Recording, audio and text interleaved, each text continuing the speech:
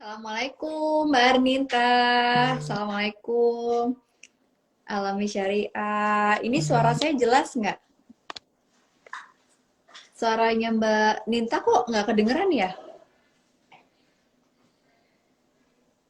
Iya, teman-teman suara saya jelas nggak nih? Oke, jelas ya. Oke, baik. Saya kok kayak nggak bisa dengar suaranya Mbak Ninta ya? Oke, mungkin boleh dibantu. Iya, Mbak Ninta suaranya hilang. Iya, mm-mm. Oke, nggak apa-apa Mbak. Aku sudah terdengar belum? Sekarang terdengar, sekarang terdengar. Oh, sekarang Oh, sudah terdengar ya? Oke, Ya, alhamdulillah. Baik, Mbak Ana. Mbak Ilma, suaranya aku sudah terdengar suaranya? Suaranya Arnita sudah terdengar belum ya? sekarang jelas, Sudah. jelas. Oke, baik kalau gitu. Assalamualaikum warahmatullahi wabarakatuh. Mbak Ana, aku izin dulu ya untuk menyapa teman-teman semua di sini. Oke, Mbak Ana, Oke. Oke, Assalamualaikum warahmatullahi wabarakatuh. Selamat malam teman-teman semua yang sudah hadir di Instagram Live malam ini. Yang spesial banget karena Alhamdulillah ya semoga semua dalam keadaan sehat walafiat. Dan Alhamdulillah hari ini aku Arninta dari Community Development-nya Alami Syariah. Kali ini dan malam ini Alhamdulillah dipertemukan nih akan ngobrol sama Mbak Analisa atau biasa lebih akrab dipanggil Mbak Ana yang sebenarnya sudah cukup lama ya Mbak Ana ya, kita saling kenal, alhamdulillah. Kalau terakhir tuh ingat banget tuh Mbak Ninta di Jogja. Waktu itu kita ada event acara pendidikan dan Mbak Ninta ini semangat untuk menebar positive vibes dimanapun ya, mau komunitas pendidikan, sekarang di syariah. Jadi aku excited nih buat ngobrol sama Mbak Ninta ini. Alhamdulillah, terima kasih banyak Mbak Ana. Nah, jadi sebelum kita ngobrol nih malam ini sama Mbak Ana, mungkin aku sedikit kasih pengantar buat teman-teman yang menonton IG Live malam ini. Jadi, Instagram Live malam ini adalah bagian dari kampanye Alami Infinite, di mana kampanye Alami Infinite nih sebenarnya kita ingin memperkenalkan produk P2P Alami. Nah, di mana P2P Alami ini mungkin buat sebagian yang belum tahu adalah merupakan produk fintech yang tidak hanya bisa mengembangkan sebagai solusi produk keuangan, tetapi juga bisa mengembangkan dana dengan semakin berkah gitu ya, dan juga berdampak untuk masyarakat. Nah, malam ini spesial banget karena temanya adalah membuat bahagia orang tua dan anak dengan kelola keuangan secara syariah. Ini aku kalau kemarin pada saat baca briefnya adalah itu udah langsung bergetar nih karena mungkin sebagian juga sudah tahu mungkin di hari ini di Indonesia kita sedang Hari Ibu dan mungkin aku dan Mbak Ana punya latar belakang yang sedikit mirip ya Mbak Ana, kita ibu dua orang anak. Tapi bedanya kalau aku di tim community development, Mbak Ana ini adalah seorang psikolog. Benar ya Mbak Ana ya? Bener banget Mbak Ninta, kebetulan anak kita tuh cewek cowok juga ya, dan sebagai seorang ibu pasti kita merasakan banget gimana kita jadi role model buat anak-anak, dan kenapa hari ini aku juga pengen ngobrol sama Alami Syariah sebagai funding dan juga P2P ini tuh bisa jadi satu jawaban sebenarnya untuk para keluarga muslim di Indonesia, khususnya UMKM, untuk bisa menemukan satu jawaban gitu ya terkait sama finansial, apalagi lagi jalanin bisnis biar keluarganya juga semakin optimis menghadapi pandemi ke depan. Insya Allah kita ngobrol seru nih malam ini Mbak. Benar, dan topiknya Mbak Ana kalau lebih spesifik lagi gitu ya, kita akan bahas sebenarnya mengenai dilema sandwich generation. Benar ya Mbak Ana? Ini mungkin Mbak Ana juga udah sering banget dengar, sudah sempat sering banget membahas, tapi banyak banget nih teman-teman alami yang pasti penasaran gitu ya. Sebenarnya sandwich generation ini sebenarnya banyak manfaat, banyak potensi keberkahan, dan tapi kita akan bahas malam ini gimana nih supaya tips and tricksnya bisa lebih optimal gitu ya. Optimalnya bukan hanya dari segi manfaat, tapi dari segi keberkahan. Nah, langsung deh ke Mbak Ana nih, karena pasti ini teman-teman yang mendengarkan IG Live Alami sudah pada penasaran gitu ya soal topik ini. Menurut Mbak Ana sendiri nih Mbak Ana, yang dimaksud dengan sandwich generation dan juga potensi keberkahan, nah karena kadang-kadang mungkin gini ya Mbak Ana, wah sandwich generation pasti lebih banyak ngelihat jeleknya, ngelihat buruknya gitu ya. Tapi kalau Mbak Ana lihat sendiri, seperti apa sih Mbak Ana sandwich generation dan juga potensi keberkahannya? Baik, terima kasih Mbak Ninta. Saya sih merasa kalau kita kan dari segi keberkahan itu luar biasa ya, Masya Allah. Dari artinya sandwich generation itu adalah kita sebagai generasi yang menjadi sandwich kayak ketumpuk gitu, teman-teman mungkin udah sering dengar ini. Artinya kita bertanggung jawab tidak hanya untuk keluarga inti kita, lapisannya, tapi juga terhadap keluarga besar, yaitu orang tua kita atau mungkin kakak adik. Dan saya rasa millennials ini cukup banyak sekarang menjadi seorang sandwich generation. Nah, kalau dari beberapa riset gitu ya, memang sandwich generation ini menarik. Ada yang mengakibatkan beberapa isu terkait kesehatan mental dan membuat finansial mereka menjadi tidak stabil. Tapi kalau saya pribadi, dari sudut pandang saya sebagai seorang muslimah, sebagai seorang anak, sebagai seorang istri, sebagai seorang ibu, saya justru punya keyakinan bahwa psychological well-being kita itu sangat dipengaruhi oleh spiritual well-being. Apa sih spiritual well-being itu? Bukan hanya tentang ibadah, tapi keyakinan kita bahwa setiap ransel yang dibawa oleh si generasi sandwich itu sudah diberikan sesuai kemampuan kita. Saya percaya kalau di dalam Al-Quran kita sepakat ya Mbak Ninta, Allah sudah menuliskan dengan sangat indah, kita tuh nggak akan dikasih kesulitan melebihi kemampuan kita. Jadi generasi sandwich yang sekarang mungkin sedang merasa mengeluh karena kondisi itu, saya tahu banget rasanya. Karena saya juga sebagai generasi yang mungkin tidak secara total gitu ya, menjadi penanggung jawab finansial dan lain sebagainya dari keluarga besar, tapi saya punya tanggungan yang tidak hanya keluarga inti saya. Jadi pada akhirnya saya percaya kita meyakini Allah tuh nggak akan kasih tas ransel yang lebih berat daripada kemampuan kita kok. Pada saat keberatan wajar kita mengeluh. Saya juga belum lama nih kayak capek banget mas gitu. Sampai kapan ya? Kadang-kadang ada pertanyaan gini, kapan aku bisa happy ya? Itu awal-awal. Nah, disitulah kita punya keyakinan bahwa spiritual ini akan membuat psikologis kita jadi lebih yakin. Di balik kesulitan pasti ada kemudahan. Kemudahan itu adalah keberkahan yang kita selalu merasa berapapun rezeki yang Allah kasih, melalui tas ransel inilah titipan gitu. Tinggal bukan kemudian pasrah, kita harus bisa cermat dan ikhtiar semaksimal mungkin supaya ransel ini tuh pas sesuai porsinya dan kita ikhtiar mengejar untuk mengisi ransel itu. Jadi saya malah justru merasa belum lama ini Mbak Ninta, kebetulan qadarullah Allah mama saya sakit gitu ya. Di hari ibu ini saya pengen ngucapin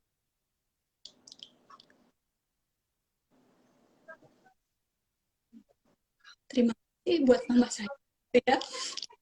Sorry. Karena mama itu udah model buat saya gitu. Dan terus terang ini tuh aku sebenarnya nggak ada rencana buat cerita ini gitu. Tiba-tiba aja nangis karena ngerasa sedih karena gitu. Tapi kalau bicara soal sandwich generation, belum lama ini aku membuktikan gitu bahwa ketika mama sakit tadinya mama itu bisa aja pakai BPJS. Ternyata begitu tahu vonis dari dokter, BPJS ini anti gitu kebetulan gitu karena yang dicari di rumah sakit itu banyak. Akhirnya aku bilang udah mah cari rumah sakit bisa aman mungkin gitu. Dan waktu itu mah khawatir nanti kamu kan punya kebutuhan, kamu punya mimpi, mama nggak kamu gitu. Saya cuma mikir gini, dulu orang tua saya tuh ngasih saya yang terbaik. Ketika saya di kemampuan, kok saya nggak mau ngelakuin itu. Nah, saya sesuaikan sama ransel saya Mbak Ninta. Dan pada saat saya memberikan itu yang berapa gitu ya dibandingin apa yang udah mama kasih, ternyata nggak lama kemudian tuh saya dapat kerjaan yang nominal itu berlipat-lipat dari apa yang udah saya mama gitu. Itu saya sering banget membuktikan itu dan kalau kita pikir teorinya nggak akan masuk kayak kok bisa bebannya lebih berat, kok bisa dapetnya lebih banyak sih. Nah itu kalau dilihat dari sudut pandang agama. Secara psikologis sih gimana? Kita harus meyakini dan juga mengejarnya supaya ransel bisa terisi dengan penuh keberkahan. Kenapa saya memilih semua ini? Uh, Pengen saya bagi dialami karena saya yakin Alami punya satu value yang sama untuk mencari keberkahan. Sorry Mbak, sorry Gak Mbak. apa-apa Mbak Ana.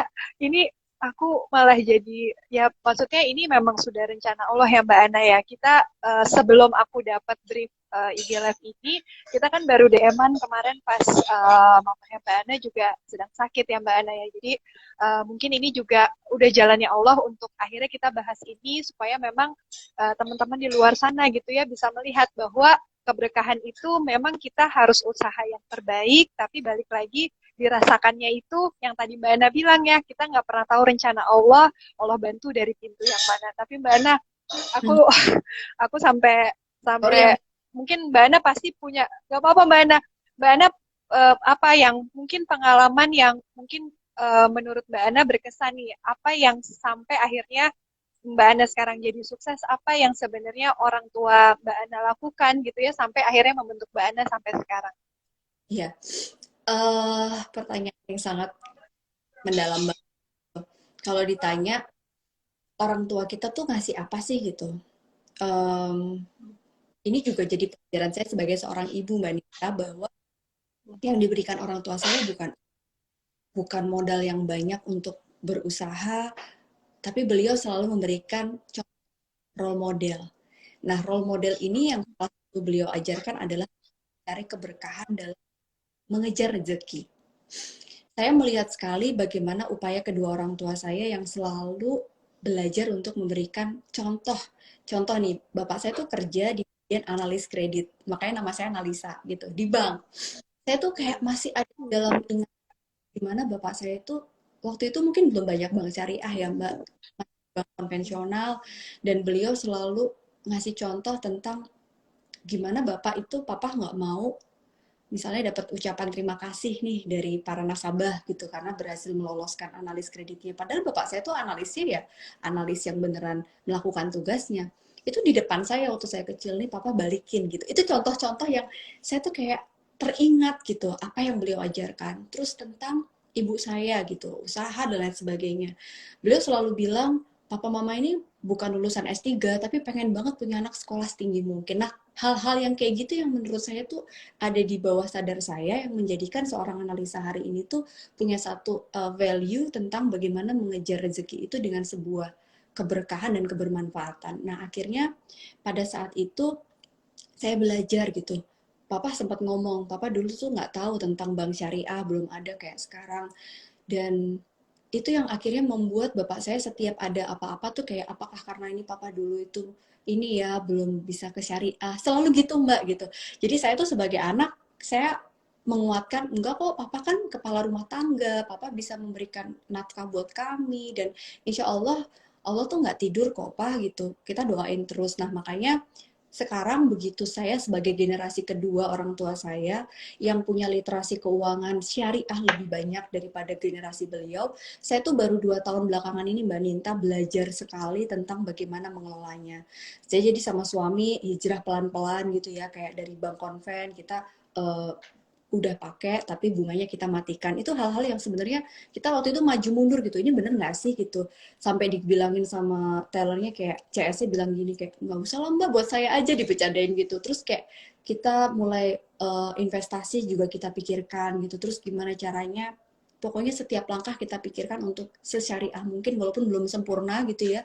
Tapi ternyata dari 2017 itu justru Allah tuh kayak nggak mengurangi sedikit pun apa yang udah kita punya justru malah dikasih lebih banyak lagi yang itu saya rasa jadi hal yang saya pegang dari kedua orang tua saya gitu mbak. Masya Allah, ternyata nilai-nilai value-value yang orang tua itu komunikasikan, orang tua contohkan, itu yang akhirnya terbawa ya ke Mbak Ana sampai sekarang. Tapi aku setuju banget sih Mbak Ana, kalau kita ngomongin keberkahan kan, kalau sesuatu yang sedikit itu makin lama semakin banyak. Kalau itu banyak semakin bermanfaat. Dan termasuk yang Mbak Ana cerita tadi gitu ya, justru lewat keberkahan menjadi bagian dari salah satu sandwich generation, tapi justru tadi bisa menjadi kesempatan, bisa menjadi peluang untuk membahagiakan orang tua Mbak Ana karena ini hari ibu gitu ya. Ada nggak mungkin momen yang mungkin Mbak Ana ngerasa walaupun kita tahu ya Mbak Ana kita nggak akan pernah cukup membahagiakan orang tua gitu ya, tapi ada nggak momen yang menurut Mbak Ana sangat amat berkesan Mbak Ana membahagiakan orang tua termasuk juga apa yang mungkin Mbak Ana pengen bilang nih di IG Live ini kalau Aduh, nanti mungkin Bapak Ibu akan menonton ulang gitu ya. Mungkin ada nggak yang Mbak Ana ingin sampaikan?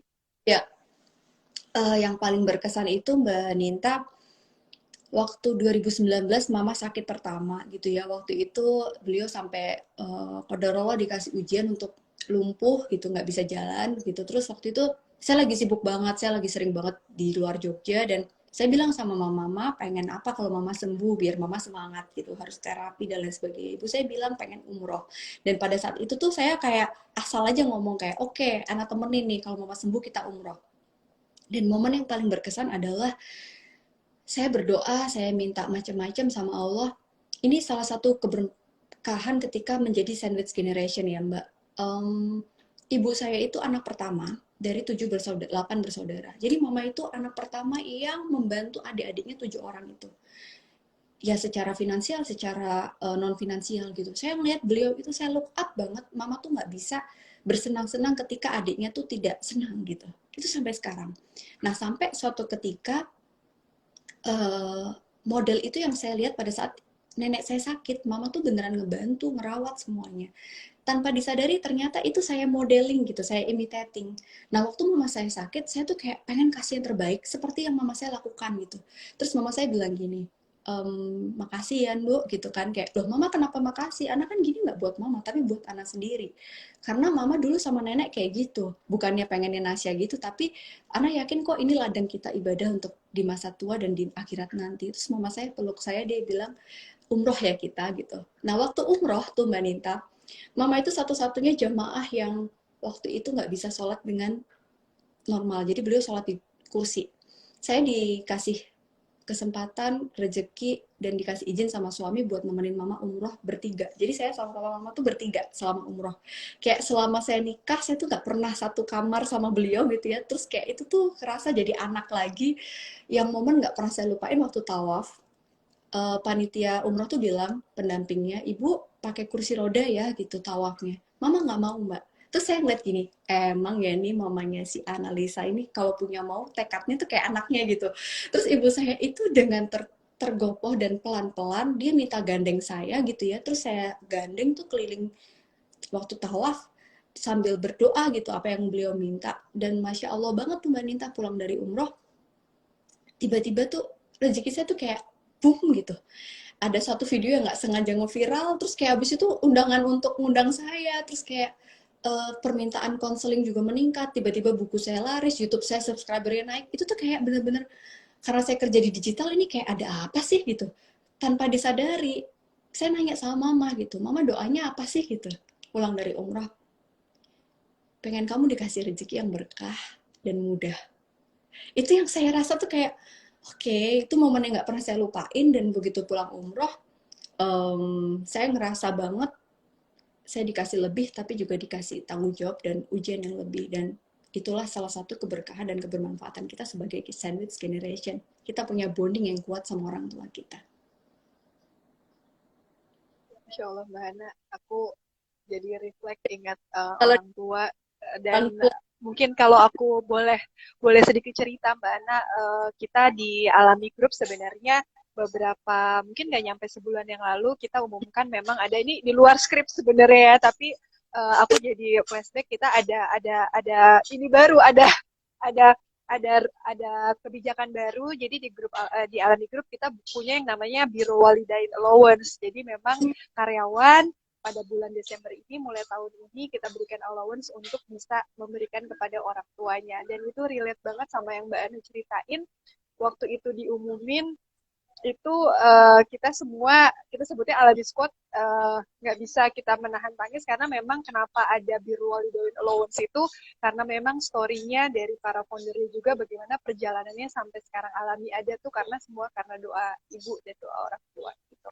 Jadi makasih Mbak Ana udah berbagi pengalamannya. Nah, semoga keberkahan gitu ya, nggak cuma sampai saat ini tapi terus bertambah, dan semoga ilmu yang Mbak Ana bagikan di setiap sesinya Mbak Ana itu juga bisa menjadi amal jariah buat Mbak Ana dan juga Mama juga. Mbak Ana, tapi kan tadi Mbak Ana bilang gitu ya, alhamdulillah keberkahannya bisa mengajak orang tua umroh gitu ya. Ya, Terus kemudian juga kemarin bisa ngurusin sakit segala macam. Nah, tapi itu kan membutuhkan dana ya Mbak. Dan kita tahu bahwa di Islam pun kita diajarin gitu ya, bahwa semua ketetapan Allah kita tawakal, tapi kita wajib berusaha. Nah, bagaimana sih Mbak, mungkin secara singkat gitu ya, bagaimana hmm. Mbak Ana sebenarnya mengelola keuangan ini gitu ya, sehingga dapat mencapai yang tadi itu, memberangkatkan umroh, terus kemudian mengurus orang tua sedang sakit. Mungkin boleh Mbak berbagi kepada teman-teman yang menonton di IG Live malam. Iya Mbak Nita, ini relate banget ya dengan journey saya juga gitu. Jadi saya nggak ngomongin teori teman-teman, saya ngomongin pengalaman saya bahwa money cannot buy happiness emang benar. Tapi dengan uang kita bisa menebar kebahagiaan kalau kita punya goals dan value yang kuat dalam hidup. Jadi waktu saya dulu belum kerja, belum punya income, saya masih sebagai ibu rumah tangga waktu itu yang minta izin suami buat kerja. Saya ditanya sama suami, proposal kamu apa? Saya bilang, saya pengen membantu keluarga kita supaya lebih baik lagi secara finansial dan saya pengen ngebahagiain orang di sekitar, terutama orang tua. Itu saya tulis di proposal saya ke suami. Akhirnya ACC, boleh kerja.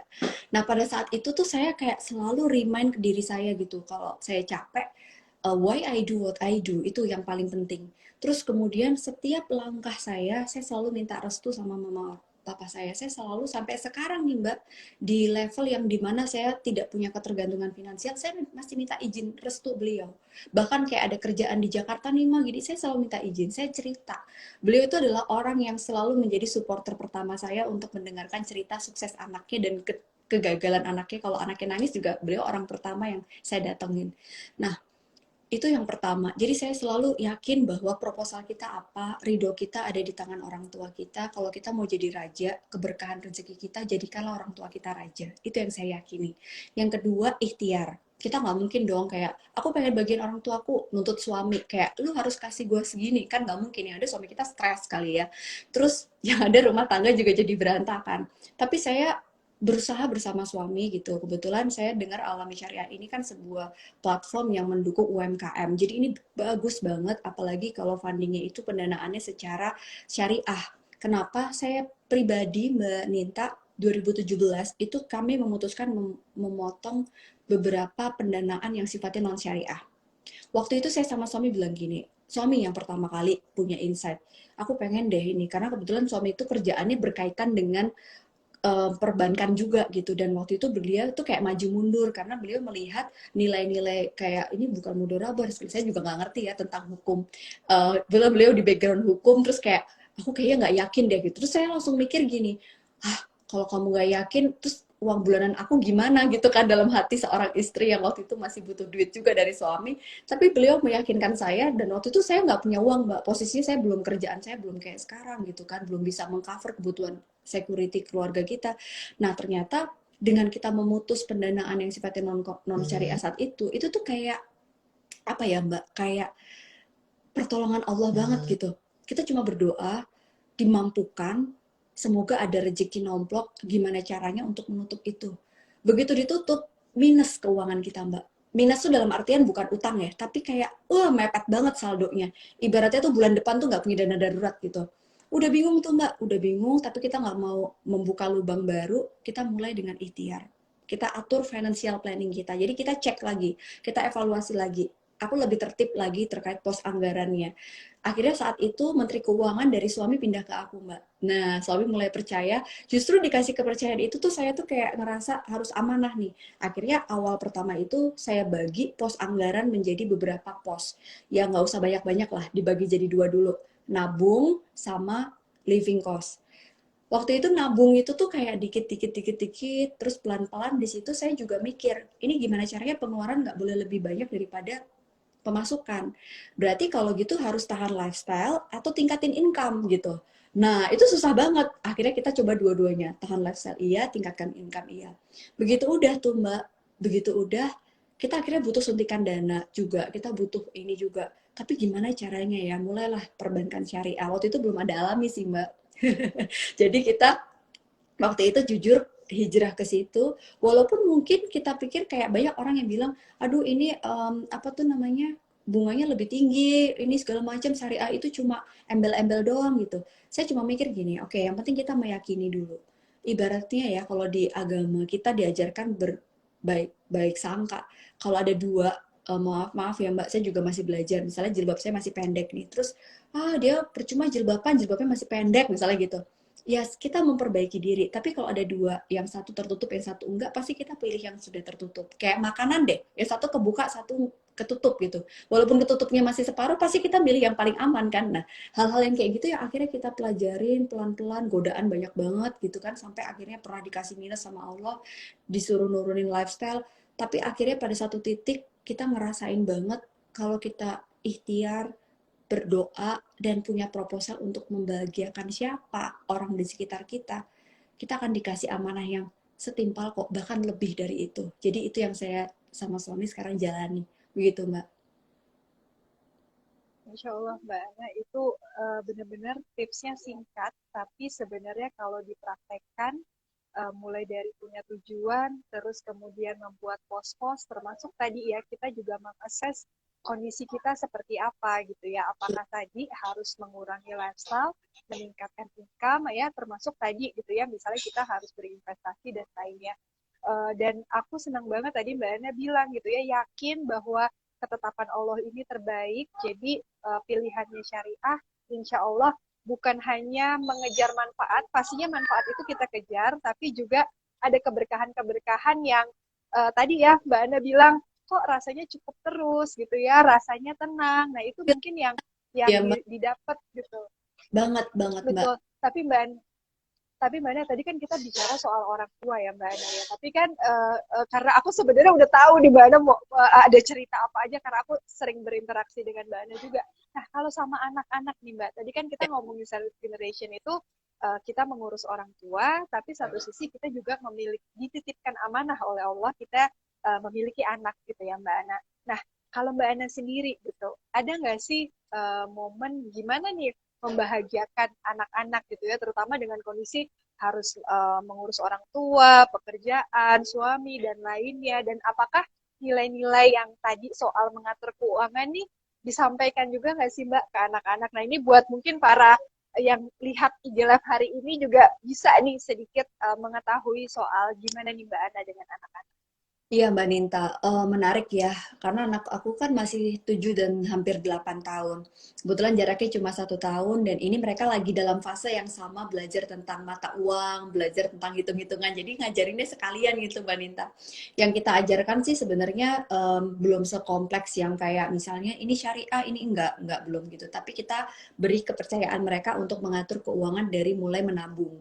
Jadi menabung itu saya mulai dari mereka kecil, mereka kita ajarin punya piggy bank gitu ya, terus mereka bisa tabung uang yang dikasih sama orang tuanya, kadang kakek neneknya gitu ya. Terus mereka kalau beli mainan itu harus pakai uang mereka. Jadi mereka bisa tahu gitu, oh ini mahal, ini murah, itu aku iniin Mbak, aku ajarin gitu. Kadang di toko mainan kayak, "Mami, is it too expensive for us?" gitu. Itu kayak aduh orang tuanya pelit banget sih gitu ya. Tapi itu aku kayak kasih tahu, kalau uangnya itu segitu nggak bisa beli yang lebih dari itu. Kenapa? Karena kan kalau di syariah sendiri, misalnya investasi atau apapun, kita kan nggak bisa ya Mbak, nggak punya uang kita mau invest gitu kan. Kayak di beberapa produk keuangan syariah kan gitu konsepnya. Dan itu sebenarnya menjaga kita supaya ya kita sesuaikan sama kemampuan. Nah, lalu yang kedua, saya pribadi, saya ngerasa membahagiakan anak itu proses ya Mbak. Kayak saya nanya ke suami waktu itu, kenapa sih Mas kok kamu memilih untuk tidak mengambil pekerjaan itu? Dia bilang gini Mbak, ini yang ngena banget ya. Mumpung orangnya udah nggak ada nih barusan pulang. Kalau ada aku kayak grogi dan GR nanti dia. Dia bilang gini, aku nggak tahu ya ada dalam fase pemikiran ini, tapi ini baru muncul ketika aku jadi seorang ayah gitu, dan sebagai kepala rumah tangga. Yang beliau sampaikan adalah, aku ngeri gitu, ngeliat yang datang ke kantor, kata dia gitu, ributan soal warisan, ribut soal harta orang tuanya gitu, karena kan beliau berkiprah di bidang hukum yang kayak gitu ya Mbak, terus kayak ngeliat konflik keluarga karena uang gitu. Terus Mas saya nanya gitu, iya itu tuh orang kaya banget, tapi kok bisanya anaknya kayak mau bunuh-bunuhan gara-gara duit gitu, apa ya yang salah, ada yang nggak berkah apa ya, suami saya bilang gitu. Terus kita melihat sekitar, nah sampai akhirnya kita waktu itu pernah ikut kajian, kita kayak dapat hidayah gitu Mbak, satu rupiah yang kita dapatkan dari setiap rezeki kita untuk menghidupi anak, itu adalah keberkahan yang nggak akan pernah kita lihat kasat mata. Tapi kita rasakan, anak kita akan jadi anak yang soleh-soleha, mendoakan kita tuh dari duit yang berkah dan halal. Waduh, kena banget tuh Mbak. Dari situ saya semakin yakin, oke, boleh lah ya gaji saya sebagai istri dan ibu rumah tangga dikurangin, tapi kalau emang itu berkah, saya bantu deh kamu cari duit, saya gituin. Dan pada saat itu kita tuh ngerasain banget gitu gimana susahnya untuk nyari keberkahan karena kayak godaannya banyak banget Mbak Ninta, banyak banget.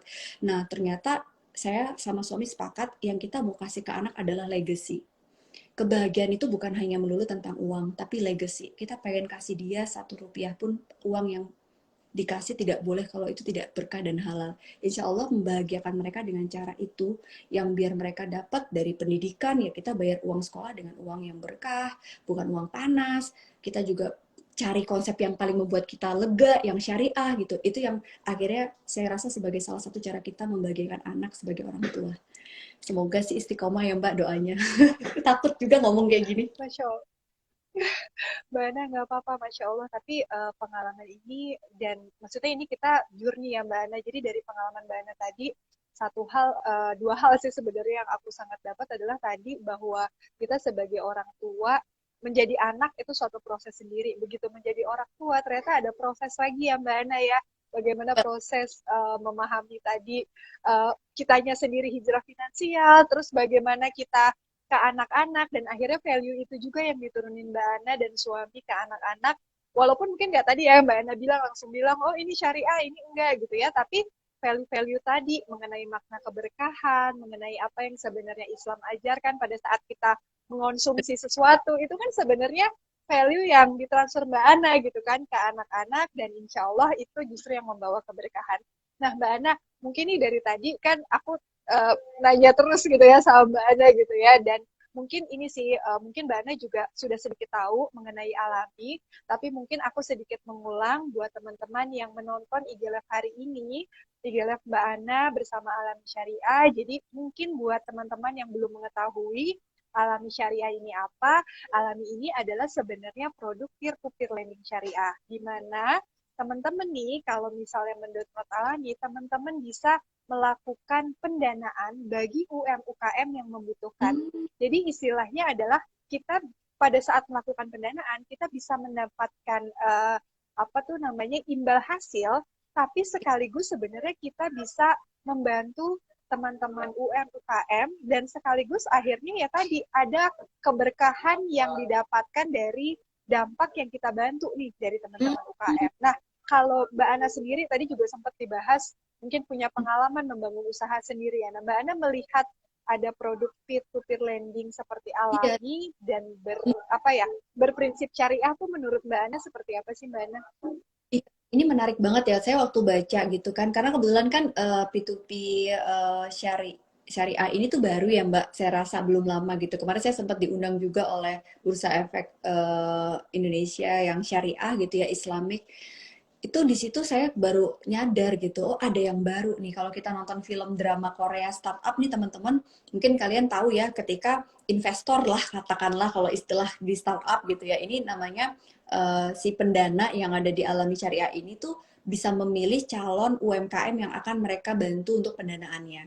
Sekarang kalau dipikir-pikir tuh enak banget Mbak, karena dulu zaman saya dulu membangun usaha tuh kayaknya mau mau cari pendanaan tuh susah banget kan. Kita harus ngajuin ke bank, belum tentu di ACC gitu kan, ada jaminan dan lain sebagainya. Nah saya malah jadi pengen nanya nih ke Mbak Ninta, dialami sendiri gimana caranya untuk jadi UMKM yang dipilih, apakah ada semacam proses seleksi kayak di film startup gitu, Mr. Han dan Nam Dosan, atau kayak nanti kayak gimana sih Mbak, dan gimana caranya untuk kita menjadi pendana, karena menarik juga loh, kita kan misalnya kerja nih teman-teman ya, kita bisa kaya dengan kerja, tapi mempertahankan kekayaan tuh butuh investasi. Nah, kadang tuh pengen gitu, Mbak, tapi mau mendanai siapa? Terus kadang-kadang takut juga kalau kita nggak tahu nih calon pelaku usahanya tuh background-nya, value-nya sama nggak dengan kita, bisnisnya. Orang ini bonafit nggak? Nah, itu mungkin aku pengen tahu. Boleh ya, Mbak Nita? Gantian nanya.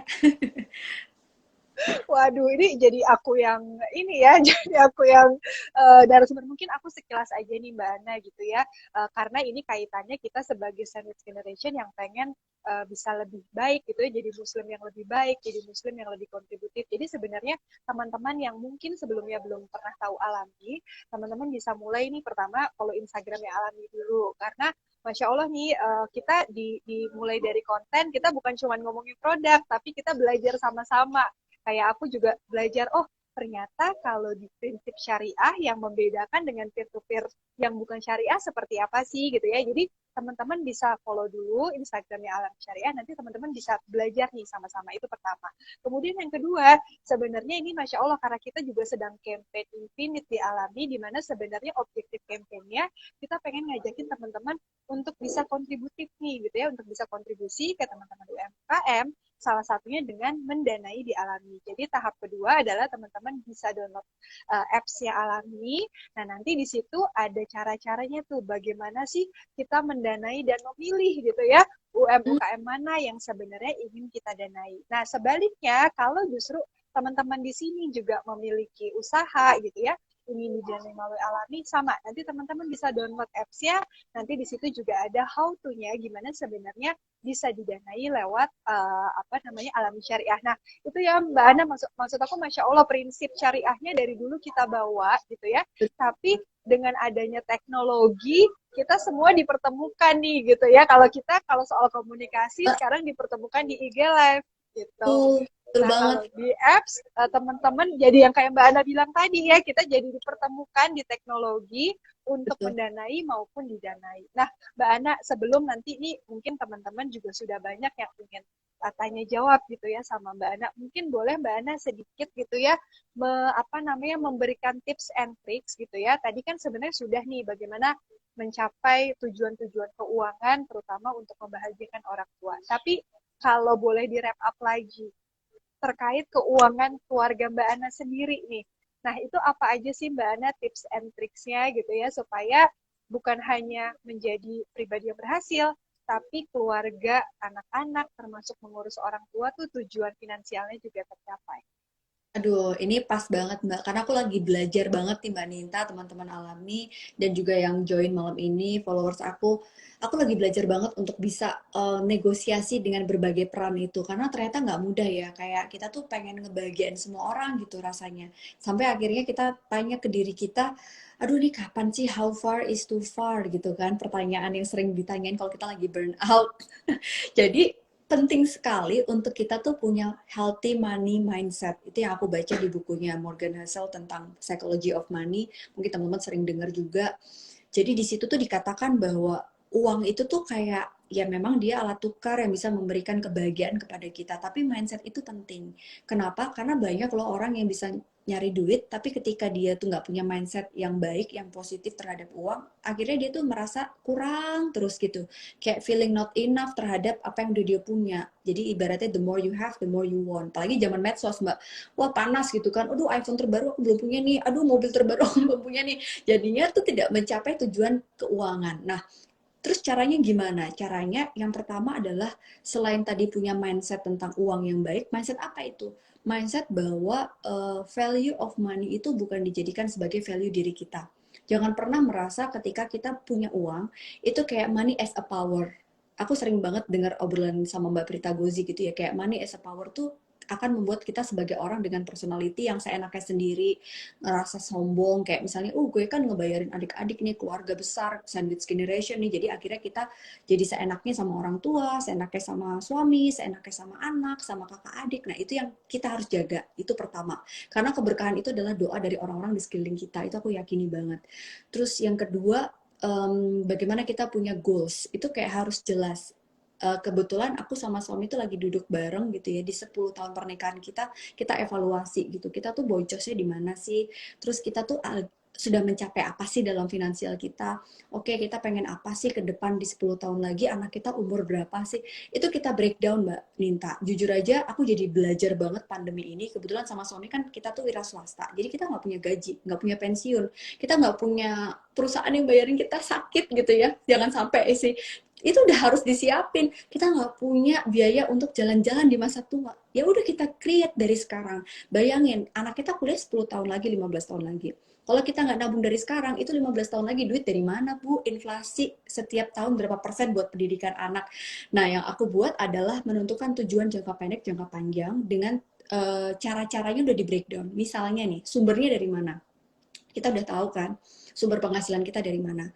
Kalau sumber penghasilan kita tuh memang kurang, cari sumber penghasilan lain. Sekarang itu zamannya medsos, teknologi, kita bisa kreatif kan Mbak Ninta gitu. Kita bisa menggunakan segala upaya kita untuk bisa meningkatkan resource kita.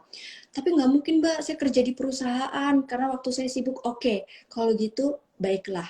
Satu sisi kita security secara finansialnya aman. Stability-nya gimana? Investasi. Itu saya yakin banget. Jadi akhirnya kalau memang nggak bisa usaha karena Anda harus kerja, ya tenang aja guys. Kan udah pasti tiap bulan sakit udah ada yang cover kalau kerja di perusahaan.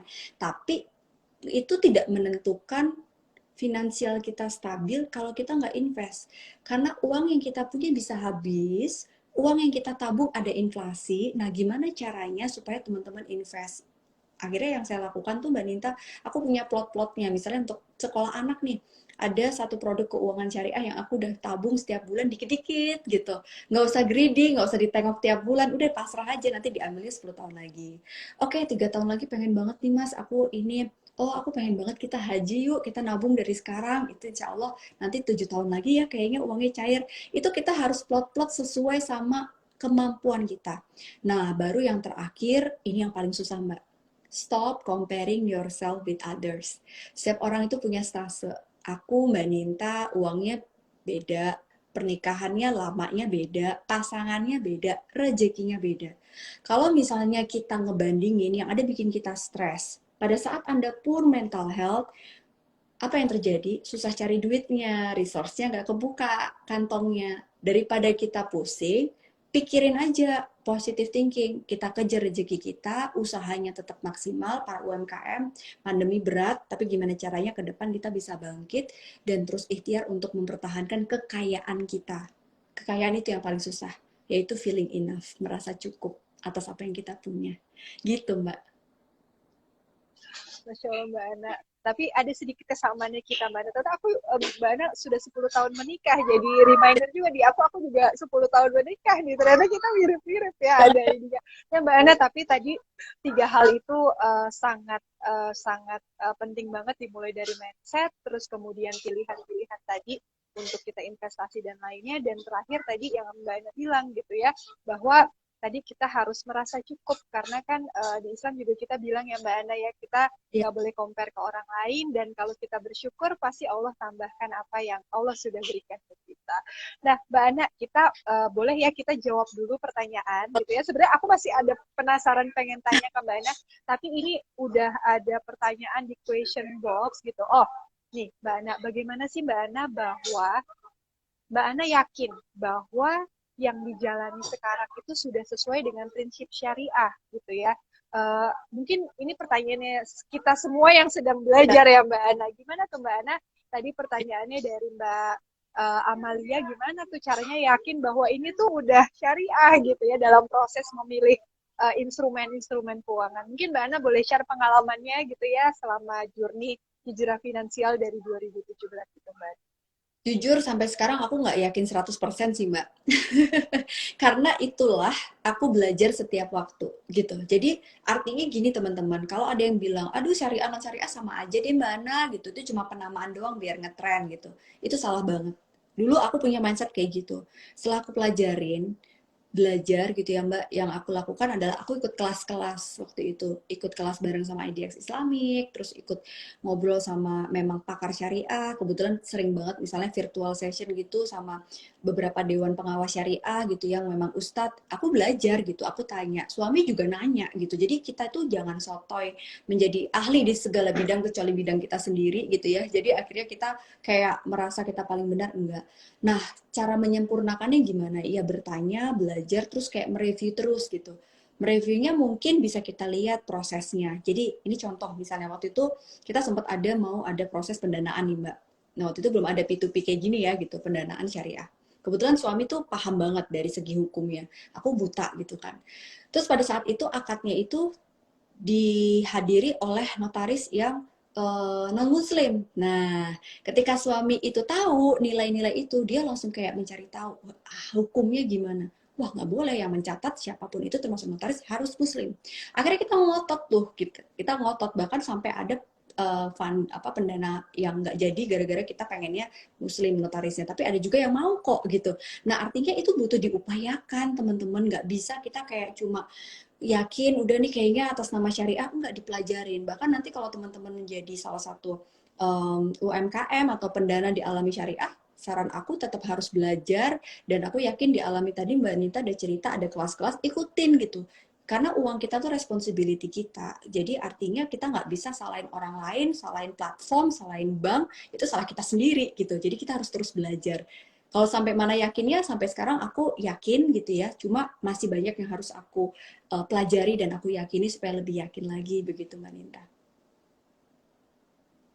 Jadi harus jadi lifelong learner ya Mbak ya dalam semua hal termasuk soal finansial. Bahkan tadi Mbak Ana bilang gitu ya, dulu waktu Mbak Ana mencari pendanaan belum ada nih peer-to-peer. Mungkin sekarang sudah ada peer-to-peer lending syariah dan terus kemudian bentuknya adalah fintech lewat teknologi. Jadi mulai dari aspek akad-akad syariahnya kita pelajari, belum lagi teknologinya kita pelajari gitu ya. Mungkin juga teman-teman di sini kayak, terus gimana caranya gitu ya mendanai. Nah, nanti boleh teman-teman coba download Alami, nanti di situ Ya, ada step by step-nya, bahkan juga ada istilahnya kayak adminnya yang nanti bisa membantu gitu ya, kalau misalnya teman-teman juga bingung.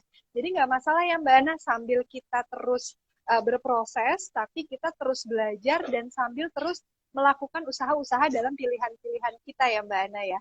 betul, betul banget. Dan pasti teman-teman ya rasa mau investasi, mau kita usaha, itu ada resikonya gitu. Jadi jangan pernah kayak berpikir bahwa ini aku rugi gara-gara ini gitu. Ya high risk high return, kita harus mikirin risikonya kalau kita mau dapat return yang tinggi juga. Misalnya kita sebagai pendana. Tapi yang paling penting rezeki itu nggak ketukar kalau kita yakini dengan value syariah dan kita memang yakin keberkahan itu akan menjaga rezeki kita. Itu yang aku yakini, Mbak. Oke. Mungkin ini satu pertanyaan lagi yang aku coba wrap up dari pertanyaan yang ada di question box maupun tadi di chat. Ini sebenarnya banyak banget Mbak Ana yang tanya. Tapi ada pertanyaan yang mirip-mirip nih Mbak Ana. Gimana kalau kita dalam kondisi yang sepertinya terlihat kita tidak bisa menyelesaikannya? Tadi ada di question box, pertanyaan adalah bagaimana nih kalau utang ayah saya banyak banget dan saya nggak bisa melunasi. Terus tadi ada juga pertanyaan di kolom chat. Mbak Ana, bagaimana kalau pekerjaan saya itu kurang baik atau istilahnya mungkin kurang kelihatannya kurang bisa gitu ya memenuhi tujuan-tujuan finansial kita tadi. Jadi itu kan berarti kondisi-kondisi yang kita lihat secara kasat mata kayaknya nggak mungkin nih Mbak bisa diselesaikan. Nah mungkin Mbak Ana bisa memberikan masukan juga mungkin dari segi finansial ataupun dari segi psikologinya ya Mbak Ana ya. Karena ini kan pasti terkait mindset juga. Betul. Aduh, ini menarik banget. Saya pernah ada di fase itu Mbak Ninta gitu. Kayak kok aku nggak bisa bantu apa-apa ya ketika orang tua aku lagi susah gitu. Nah, ternyata saya juga berproses dan belajar teman-teman. Pada saat kita bicara tentang rezeki gitu ya. Sandwich generation itu tidak melulu kita membantu secara uang. Tapi perhatian, waktu, itu yang salah kaprah kadang-kadang. Saya selalu bilang ke teman-teman gitu, apa misalnya ke saudara gitu kan. Kita ini sekarang lagi dikasih peran beda-beda. Allah itu udah tahu kewajiban kita dengan kemampuan kita. Jadi nggak harus setiap anak tuh kasih yang sama. Ini ngasih sekian, anak ini berbakti, yang ini enggak, ya enggak gitu. Mungkin ada yang bisa kasih waktu. Saya misalnya karena saya sibuk, saya nggak bisa banyak kasih waktu buat orang tua saya gitu ya, tapi mungkin dibantu yang lain. Pada saat itu saya nggak punya kemampuan finansial, tapi saya bisa nemenin ibu saya pada saat itu. Jadi dibantu oleh saudara yang lain. Nah itu kan sebenarnya bisa gitu. Jadi itu juga sama-sama kok kita menjadi sandwich generation yang mencari keberkahan dari orang tua. Nah kalau terkait sama utang orang tua tadi, saya rasa ini juga sama. Kita harus bisa punya porsinya. Makanya kenapa perlu ada pos anggaran di keluarga kecil kita. Karena sifatnya begini Mbak, kalau aku yakini ya. Orang tua kita pasti pengen anaknya itu bahagia. Keluarga anaknya bahagia. Jadi ketika kita punya porsinya, kita nggak ngutak-ngatik porsi anggaran keluarga kecil kita. Nah, itu yang perlu diyakini, gitu Mbak. Jadi pada saat utang orang tuanya besar, ya itu bukan bagian dari sebuah tanggung jawab kita 100% teman-teman. Kalau bisa bantu baik, tapi ada porsinya. Karena kalau sampai, maaf ya, kita jual rumah buat bayarin utang orang tua kita, terus kita nggak punya rumah, orang tua kita bukan happy loh, tambah sedih karena anaknya jadi jual rumah. Itu misalnya. Jadi bantulah semampu kita, sebatas kemampuan kita, dan itu tadi terus berikhtiar, berusaha, cari sumber-sumber pendapatan baru gitu ya, dengan kreatif dan terus berdoa bahwa ya Allah semoga aku dibantu, dimudahkan, dan kadang-kadang rezeki yang banyak itu amanahnya juga banyak loh, jadi kita harus bisa mempertanggungjawabkannya. Begitu Mbak.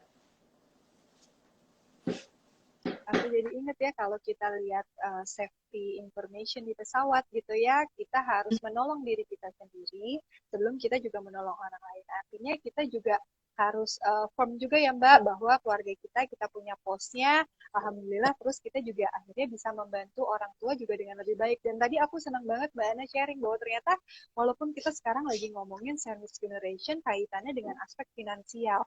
Padahal tadi Mbak Ana bilang sebenarnya kita sebagai sandwich generation bisa memberikan perhatian, waktu, bahkan ya Mbak ya, telepon aja tuh orang tua pasti senang banget ya Mbak Ana ya.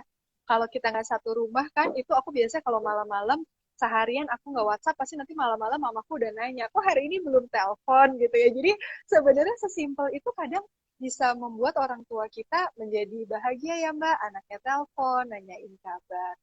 Iya Mbak, jadi Nah, sekarang nih Mbak Ana, aku nih yang belum pada video call ibu, lagi live langsung telepon ibunya nih. nah, Mbak Ana, mungkin ini Ya, terakhir nih pertanyaan dari aku. Tadi banyak banget sebenarnya di chat yang bilang, Mbak Ana, aku harus ngurusin orang tua, aku punya anak juga. Ya intinya adalah banyak teman-teman di sini yang adalah sandwich generation. Tapi mungkin Mbak Ana boleh sedikit wrap up. Apa sih pesan Mbak Ana buat teman-teman yang menonton IG Live hari ini sebagai seorang sandwich generation tapi ingin bisa mencapai tujuan finansialnya, tapi juga mendapat keberkahan. Mungkin Mbak Ana bisa sedikit wrap up dan mungkin jadi motivasi juga gitu ya buat teman-teman di sini yang sandwich generation gitu. Mungkin silakan Mbak Ana. iya. Tadi seru banget ya ngobrol sama Mbak Ninta, nggak sadar sampai udah mau 1 jam gitu, ternyata saking serunya. Jadi aku pengen ngucapin makasih buat Alami Syariah juga udah invite, dan banyak belajar juga di sini dari pertanyaan, dari obrolan sama Mbak Ninta juga sharingnya. Jadi yang pertama, teman-teman percayalah bahwa Sandwich Generation ini sebuah privilege untuk kita. Karena kita punya tiket VVIP sebagai seorang anak, tiket VVIP sebagai seorang ayah atau ibu. Tiket VVIP untuk kemana sih? Ya untuk ke surga. Itu yang aku yakini. Pasti kita berlomba-lomba dong untuk dapat tiket VVIP. Kalau lagi nonton konser, bayarnya aja paling mahal. Nah, untuk itu dapat tiket VVIP ini juga kita effortnya harus paling maksimal. Itu yang saya yakini. Nah, usaha yang harus maksimal ini tuh disertai dengan tadi tawakal dan ikhtiar yang balance gitu. Jadi pertama, kalau teman-teman sekarang sebagai seorang UMKM atau mungkin seorang pegawai yang kerja atau pengusaha atau apapun profesinya, ibu rumah tangga, penting untuk kita memiliki proposal dalam kehidupan keluarga kita, khususnya dalam finansial. Proposal ini bukan hanya aku pengen beli ini, aku pengen beli itu, bukan. Tapi kayak pertanyaan yang kita harus jawab adalah, kalau Allah titipin kamu rezeki yang banyak atau sedikit, kamu tuh mau ngapain gitu. Itu yang saya yakini, Mbak. Jadi kamu mau ngapain aja dalam hidupmu, tulis semua proposal itu. Ucapin dalam setiap doa, gratis kok doanya gitu. Ibaratnya kita kalau nonton konser itu bayar mahal harganya, ini tuh buat dapet tiket VIP itu gratis gitu loh. Cuma kadang kita tuh kayak, ya saya juga gitu teman-teman, kayak lupa gitu bahwa iya ya tinggal semudah ini kita berdoa. Jadi satu, bikin proposal. Yang kedua, evaluasi lagi pengeluaran teman-teman gitu ya. Kalau mau berkah itu juga harus ada metodenya. Nah, metode ini tuh disertai dengan mindset tentang uang tadi. Jangan sampai uang ini jadi money as a power, money as sesuatu yang membuat kita punya pride. No, jangan kayak gitu. Jadi kita harus punya metode untuk hidup secukupnya. Itu bukan berarti terus kita jadi Nabi aja nggak mau ya pakai baju jelek. Jadi kita juga jangan sampai terus nyusahin diri, compulsive money saver yang kayak aduh sepatunya sampai sobek gara-gara pengen ini, kan jangan sampai kayak gitu juga. Buatlah pos-pos anggaran Mbak Ninta, itu yang aku lakukan. Nah, pos-pos anggaran ini disertai dengan tujuan tadi. dalam jangka panjang, dalam jangka pendek. Nah, yang terakhir adalah percayalah bahwa mindset yang terpenting itu rezeki tadi nggak akan ketukar, dan mintalah restu dan keberkahan dari setiap langkah kita berusaha gitu ya. Jadi siapa orang-orang di dekat kita yang selalu mendoakan kita nih, orang tua, anak kita, mau kita kasih rezeki dengan cara apa, kehidupan itu keberkahannya akan seperti apa, dan mungkin orang-orang yang bekerja dengan kita itu kayak saya baru ngerasain gitu kadang-kadang, iya ya kita punya pegawai itu juga keberkahan kita dari doa mereka juga gitu, atau mungkin rekan kerja kita dan lain sebagainya. Nah dengan itu saya yakin teman-teman akan merasa cukup. Itu yang membuat kita tetap kaya. Tetap kaya itu gak terlihat, teman-teman. Staying rich and being well tuh beda. Kaya tuh mungkin teman-teman punya iPhone terbaru, punya mobil mewah, kelihatan kaya. Tapi kita nggak akan tahu dia happy nggak, bermakna nggak, bermanfaat nggak. Tapi kalau mempertahankan kekayaan, dia akan selalu merasa kaya karena dia selalu berbagi dan bermanfaat buat orang-orang di sekitarnya. Itu yang saya rasa sebagai generasi milenials kita perlu patahkan anggapan bahwa generation sandwich ini akan menjadi beban yang membuat generasi berikutnya menjadi sandwich generation lagi. No, no. Ini saatnya kita berubah menjadi katalisator perekonomian khususnya buat ekonomi syariah di Indonesia. Jadi terima kasih banyak. Aku nge-wrap semuanya tadi. Thank you Mbak Ninta buat waktunya. Semoga bermanfaat buat teman-teman semuanya. Terima kasih banyak Mbak Ana, itu benar-benar mengena sekali ya, bahwa ternyata peranan kita yang dititipin dari Allah, salah satunya sebagai sandwich generation yang memang mengurus orang tua, mengurus anak, justru jadi tiket VVIP kita ya Mbak Ana ke surga. Itu Masya Allah banget sih, maksud aku mindset itu yang uh, benar-benar harus mengubah cara pikir teman-teman, tapi juga disertai tadi ya Mbak Ana, usaha-usaha yang harus kita lakukan, mulai dari membuat perencanaan dan goals, membuat pilihan-pilihan, termasuk tadi yang aku suka banget dari obrolan hari ini adalah Mbak Ana terus berproses, terus belajar akad-akad syariahnya, belajar penting syariahnya, dan lainnya. Dan ini relate banget sama tema campaign Infinite dari Alami juga, bahwa kita ingin mengajak teman-teman nanti mendanai di Alami, bisa download Alami, tapi bukan hanya supaya dapat imbal hasil iya gitu ya, kita dapat apa istilahnya, dari apa yang kita danai kita dapat hasilnya, tapi justru juga kita bisa memberikan dampak positif lewat UMKM yang juga kita bantu gitu. Jadi teman-teman silakan kalau untuk download, karena sampai akhir bulan ini banyak sekali juga promo-promo yang terkait dengan download gitu ya, sampai di akhir Desember 2021. Sekali lagi Mbak Ana, terima kasih banyak obrolannya hari ini. Bermakna sekali, bukan hanya buat para yang nonton IG Live, tapi buat aku pribadi itu sangat bermakna dan juga mengena. Semoga apa yang dibagikan hari ini itu benar-benar bisa bermanfaat, bisa kita amalkan nih sama-sama dari teman-teman yang menonton IG Live, dan semoga balik lagi bisa jadi amalnya jariahnya Mbak Ana juga nih, berbagi pengalaman, berbagi ilmu. Terima kasih ya Mbak Ana sekali lagi ilmunya. Mbak Ninta juga buat Alami Syariah, senang banget bisa kolaborasi dan semoga tadi bisa kasih semangat buat teman-teman ya. Kalau bukan kita Muslim di Indonesia yang mau meningkatkan kualitas syariah, siapa lagi gitu kan kalau kita tidak meyakini kebenaran itu. Thank you Mbak, mohon maaf banget tadi aku tuh emosional di awal lagi. Salam, salam, salam buat Mama ya Mbak. Semoga recovery-nya cepat dan Mbak Ana dan keluarga juga selalu diberikan kesehatan dan kesabaran juga untuk membersamai Mama terus ke depannya. Terima kasih banyak ya Mbak Ana. Terima kasih juga teman-teman yang sudah menonton